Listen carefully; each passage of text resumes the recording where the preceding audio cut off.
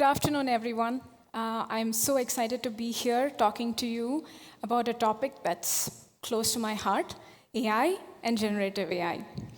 Now, I realize that this session comes right after lunch. It's a slightly cold and dark room, perfect soporific combination, if I can say that.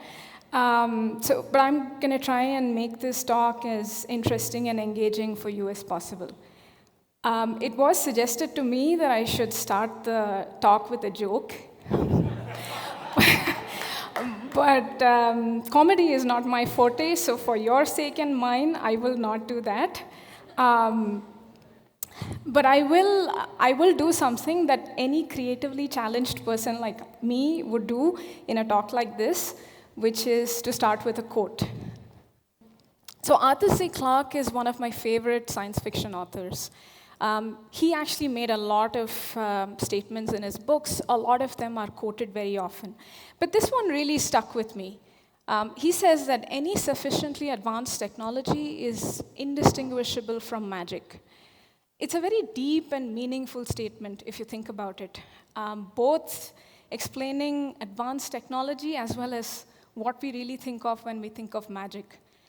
If you've been following the news in the recent times, in the last 6 months, it's hard to have missed some of the recent advances in generative AI, as well as some of the outputs that they've managed to generate in the last 6 to 8 months. And for someone who's seeing this for the first time and who's seeing these outputs, it really does look like magic. But my intent today is to demystify generative AI for you a little bit and really answer 3 sort of fundamental questions. What are generative models? Why do they seem to work so impressively well? What is their claim to fame? And more importantly, how can we use them? So let's start at the very beginning, which is, what are generative models? By the way, if you've been following the news in the recent times, you might have gotten the impression that generative AI is relatively new, maybe going back a year or 2, but that couldn't be further from the truth. Generative models actually go way back. They even predate AI and ML. And you can trace their history back to statistics. And generative models was actually a concept in statistics, both generative models and their opposite, which is discriminative models. And the basic idea is very simple.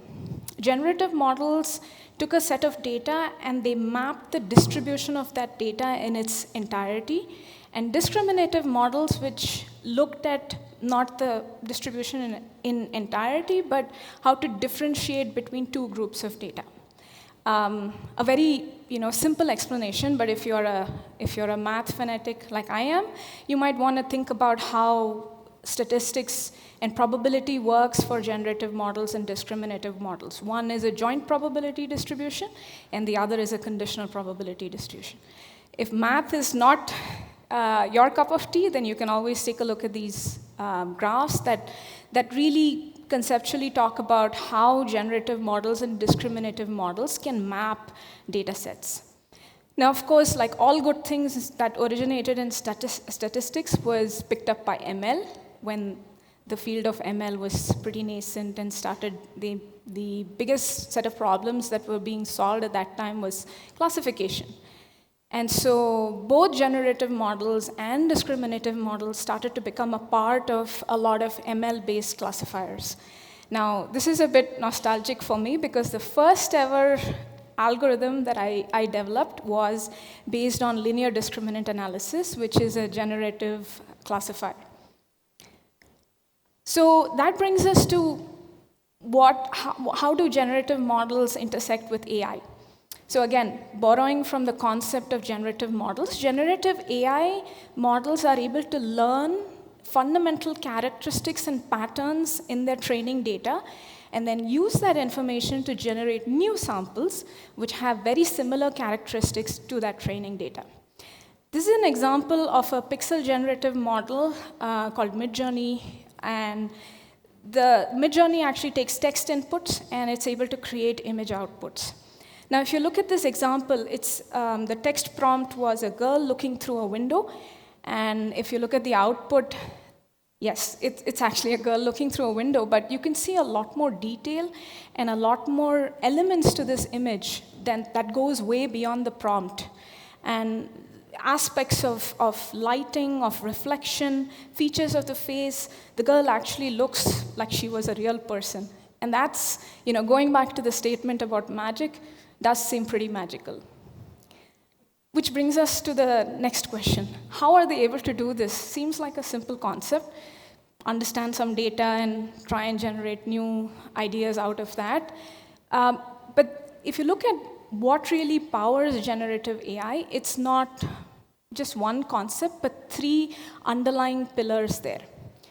The first is they are powered by deep neural networks. And if there's anything that we know about deep neural networks, it's that they can capture complex and highly nonlinear relationships in the data that they're exposed to.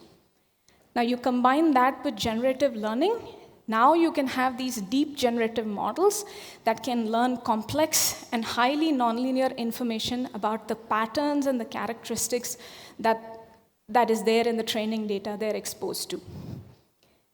The third pillar, which is very, very important from a practical sense, is that generative learning, by its very definition, lends itself to unsupervised learning. Now, for all the data scientists and AI engineers in the room, there's a common refrain. We can never get enough data. And unsupervised learning has this advantage that you don't need to do this painful process of labeling and annotating all of the data. And especially the applications where we are using generative models, which is language and images, there's a ton of information already out there, which you can use in an unsupervised learning mode. So in other words, you can take these deep generative models, they can learn complex information, and you can expose them to large amounts of data with relative ease. And the intersection of all of these three concepts is what powers generative AI. Now, again, contrary to popular opinion, generative AI did not actually start with GPTs. They started with GANs. For those of you who might remember this whole hoopla that happened with deepfakes, GANs were the ones that were behind those deepfakes. So both GANs and VAEs, generative adversarial networks and variational autoencoders, they both obviously are generative models. GANs model the underlying information implicitly, and VAEs do it explicitly. That's the difference between them. But I want to go into a little bit of more detail about GANs because I find them fascinating. So GANs have two deep learning models, one which is a generator and the other which is a discriminator. The role of the generator is to create very realistic looking outputs so as to fool the discriminator, and the role of the discriminator is to identify the real from the fake. Now, they're trained in what is referred to as an adversarial fashion, which means both are trying to outwit each other in some sense, and when properly trained, they can produce some remarkable results. I'll take one example, and super resolution is a topic that I've personally worked on over the years and more recently in the past, and I worked quite a bit with what are referred to as SR GANs, or super resolution GANs. Now, super resolution is an application where you take a low resolution, low quality input, and you turn it into a high quality, high resolution image or video. The task is not very easy because usually in low resolution images or videos, a lot of information is lost. You'll see a lot of blurriness. You'll see a lot of detail missing. Now, that's also the perfect application for generative models because they can recover a lot of this missing information and make the output very realistic looking. This is an example of an image that was produced by this model here. You can see the architecture. Called SR GAN, and you can see that a lot of the details that are not present in the low resolution image, you can now see it in the high resolution image. These SR GANs have actually proven to be even more impressive. They can do 2x, 4x, 16x upscaling, which means they are able to generate 16 times the number of pixels in that image that didn't exist before, and that's a feat. So after GANs and VAEs, we started looking at GPTs in a very different area. GANs and VAs mostly dealt with images and videos.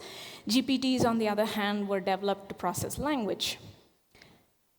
At its very basic level, GPTs are basically composed of what are called transformer units. These are very specific architectures that were actually built for processing language. And the way that they were built and trained is by exposing these transformer blocks to large amounts of unsupervised examples of language snippets, so phrases, sentences, and so on. And these transformer blocks were specifically built to understand the underlying characteristics of any language, any conversational context. And if you think about it, it's actually very similar to how human beings learn language. If you've had the opportunity to observe babies talk and put sentences together, that's exactly how they learn. They listen and they absorb. No one tells them, here is a subject, verb, and predicate. No one tells them that here is a question and this is how you answer a question. They learn all of that because they're absorbing when they hear adults speak around them. And a lot of the structural components in that language sort of clicks in their sort of neural networks, right? And that's exactly how transformers work as well. Now, that's one part of it. So you take these transformer blocks, you do this pre-training process, which is unsupervised in nature. But that's not enough. You have to get these models to do something useful, which is a useful task. And that's when the second part of the training kicks in, which is a supervised fine-tuning process, where you take these pre-trained transformer blocks and you instruct them to do a specific task. And that could be complete the sentence, answer a question, fill in the missing word. It could be any of these language tasks, but that part of it is supervised in nature. And that's how you get something like ChatGPT. The underlying blocks are pre-trained, but they're strung together to become this sort of conversational AI. Now, at this point in the presentation, unfortunately, I had what I called presenter's block. I didn't know how to go forward, so I said, ChatGPT, please help me. ChatGPT reminded me, by the way, that presenter's block doesn't exist, which is not very helpful, but did give me some helpful tips. Then the next step in this evolution of generative models is what are called pixel generative models. Now, it seems like not a big leap, because now you've got these models that are looking at languages, and then you've got models that are looking at pixels. But really, the transformation that's happening and the advancements that are happening is in multimodal generative models. So here, you have these pixel generative models that can take text, that can take images, and then generate multimodal outputs. So they can generate video, images, and so on. And there's a lot of work that's going on in these multimodal generative models, so to speak. And this is an example of an image that was generated by DALL-E 2. I don't know who came up with this prompt, but a funny one nevertheless. And you can see that it's created a fairly good representation of what the prompt wanted. So that brings us to the next important question, which is, what can we do with these generative models? Seems cool, seem to be producing some images, some text. What can we really use them for? Now, again, there's a lot of discussion going on right now on what application areas can be transformed by generative models. You'll recognize a few of them because they are the most obvious ones. Customer service, content generation, software development, all of these are sort of obvious applications of what a conversational AI can do or a pixel generative model can do. But there are other areas where I think more interesting places where we can apply generative models, and some of these are drug discovery. There's already a model that's being built that can innovate on new drug compositions and accelerate that process. In gaming, there's a lot of research happening on how you can create innovative worlds, innovative characters, what are called non-playing characters, I think. And learning and education. Imagine if a lot of the learning platforms that exist today had the power of conversational AI behind them. It's almost like having a teacher or a virtual teacher who's having a conversation with you and teaching you in the way that you would like to learn. But instead of talking about all of these applications, I think I'd like to focus on a couple of specific examples and maybe go a little bit deeper on those. And the area I wanted to talk about is sales and marketing, starting with targeted and personalized ad delivery. Now, there's already a lot of AI work going on in this space, right? So today, the way that it's done is you collect some customer information. This could come from, tracking buyer behavior. They could come from searches that the potential customers are doing, things like that. And then you create these categories of customers or personas. And then you say, for each of these categories, I'm going to create a customized ad. And then, of course, once you deliver the ad to the potential customer, you gather feedback, and then you fine-tune your process. There's a lot of AI involved in all of these components already. But here is what it could look like if you had the power of generative AI behind this. So first of all, the process of data collection about the customer could be significantly deeper and complex than what it is today.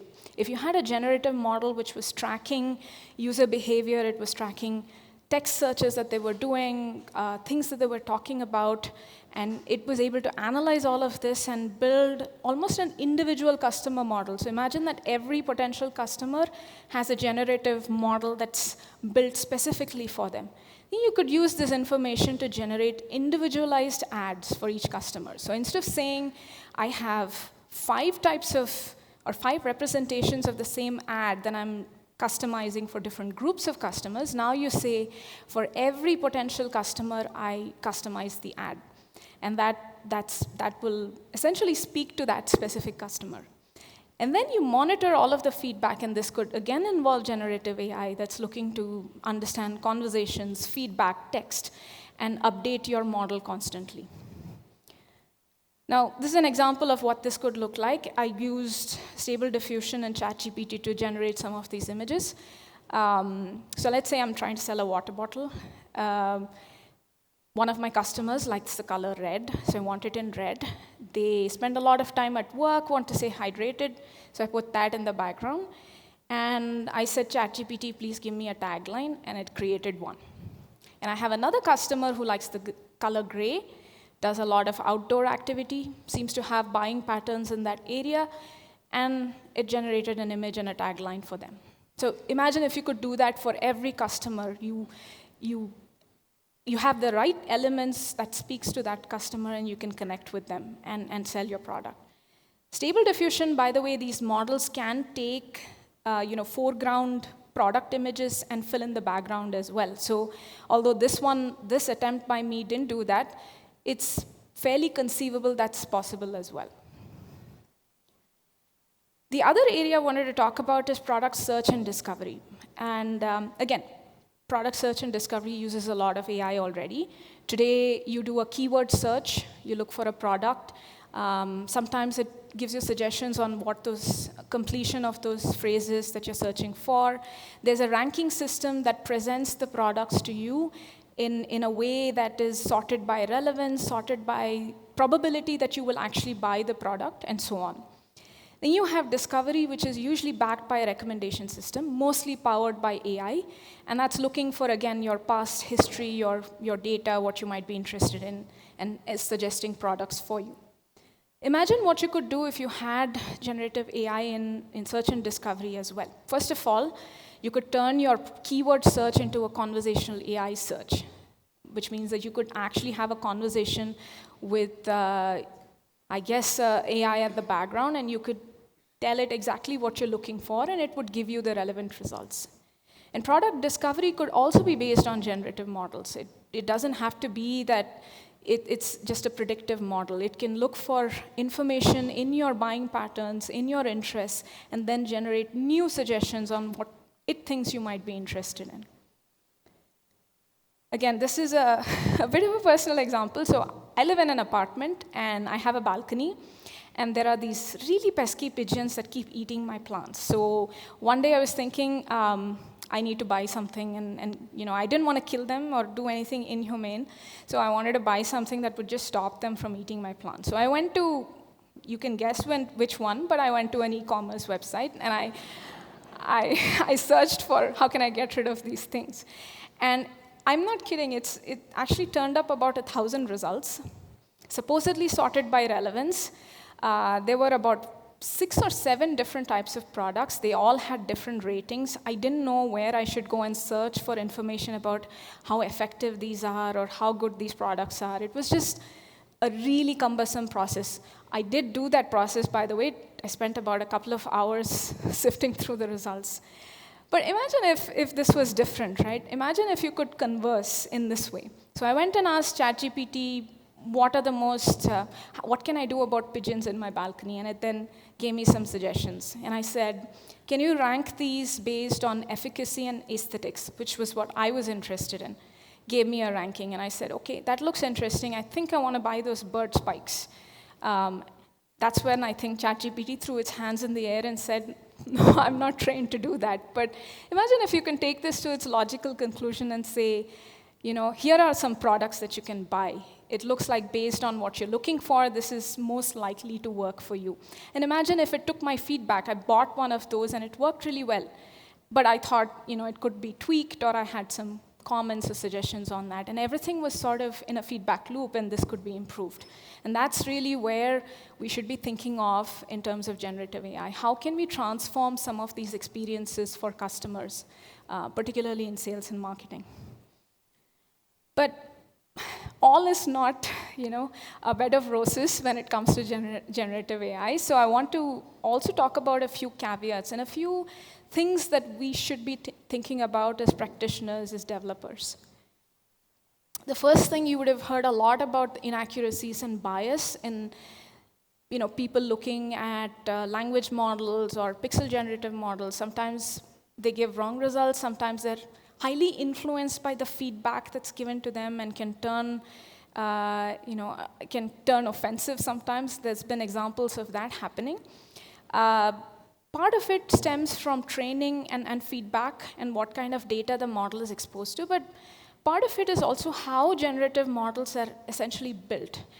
See, they have to walk this fine line between coming up with new and novel ideas and suggestions, but also stating facts. So that distinction can get pretty tricky at some times. So that's why they seem to always be confidently inaccurate. They don't know that they're getting it wrong because they think they're doing it right. And that's a challenge. The second question is, okay, now you've got these models creating these interesting things. I created some images and some taglines for an ad. Who owns this generated content? Can we copyright it? What can we do with it? Is it the person who created the model, the person who pre-trained it, the person who fine-tuned it, the person who generated the prompt, the person who put all of these things together? So it gets very tricky in sorting out these questions. And the most important one of this is actually what happens when it does something wrong and there is a liability associated with that. Who's responsible for that? And as a development community, I think it's important to address some of these questions. And I'll be the first to admit there are no perfect answers here. I think it's just an evolution that we have to go through and keep this in mind as we are adopting these technologies more and more. The second thing is, I see a lot of unbridled enthusiasm about generative AI, and there's a lot of articles out there, a lot of people saying it can do this, it can do that, it can do everything under the sun. And the matter of fact is that generative models have their place. They are good for certain types of tasks. And you definitely want to be thinking about, when you're thinking about solutions, you want to be thinking about what is the right model to use for each specific problem. Because very often we see this happening is that there's this brand new technology, and sometimes when you have a hammer, all you have is a hammer, everything looks like a nail.